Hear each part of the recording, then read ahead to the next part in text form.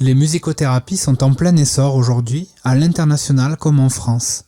À ce titre, en se baladant sur un navigateur internet bien connu, il n'est plus rare de trouver des émissions sur le sujet de la musicothérapie ou des témoignages de cliniciens fleurissent.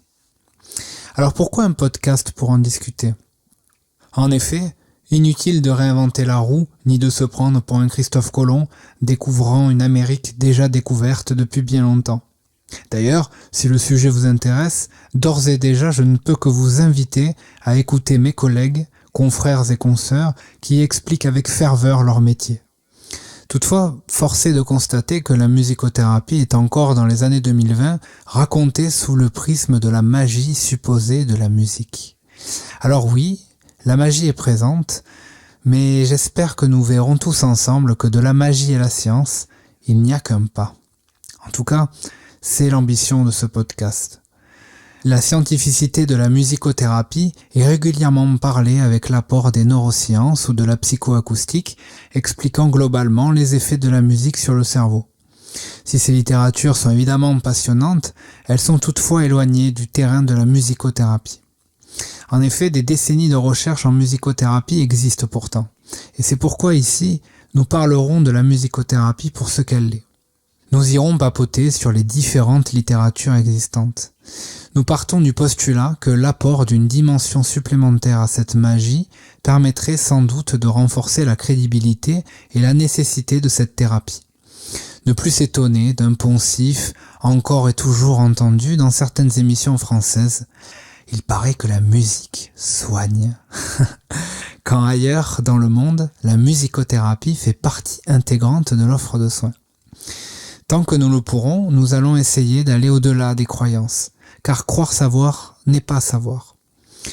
Gaston Bachelard rappelait d'ailleurs à ce sujet que, face au réel, ce qu'on croit savoir clairement offusque ce qu'on devrait savoir. Quand il se présente à la culture scientifique, l'esprit n'est jamais jeune, il est même très vieux, car il a l'âge de ses préjugés. Mais qui suis-je pour vous parler de cela ? Je m'appelle Stéphane, je suis curieux et passionné. Je suis également psychologue, musicothérapeute et actuellement doctorant en psychopathologie. Accessoirement, je bricole un peu cette musique, en tout cas, elle m'accompagne. Alors cette magie, j'y suis soumis depuis que j'ai choisi non pas une, mais 2 baguettes pour faire de la batterie. Une sorte de sort fait que je m'intéresse à certains autres instruments dès que je le peux.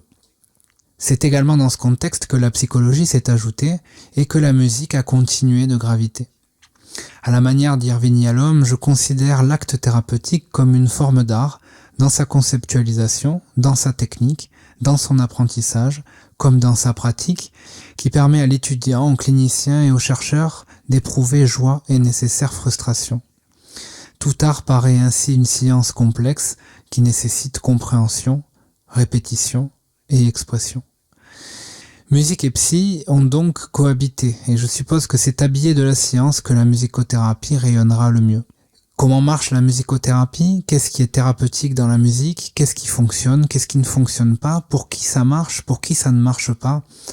Tant de questions finalement qui seront centrales dans ce podcast. Pour tenter de répondre à l'ensemble de ces questions, nous irons à la rencontre des différents acteurs, chercheurs ou cliniciens.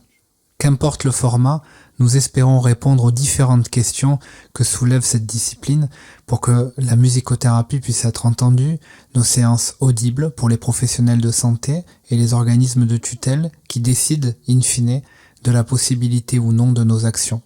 Alors que vous soyez étudiant ou professionnel, que vous pratiquiez ou non la musicothérapie, que vous soyez praticien ou patient, usager, personne accompagnée, qu'importe.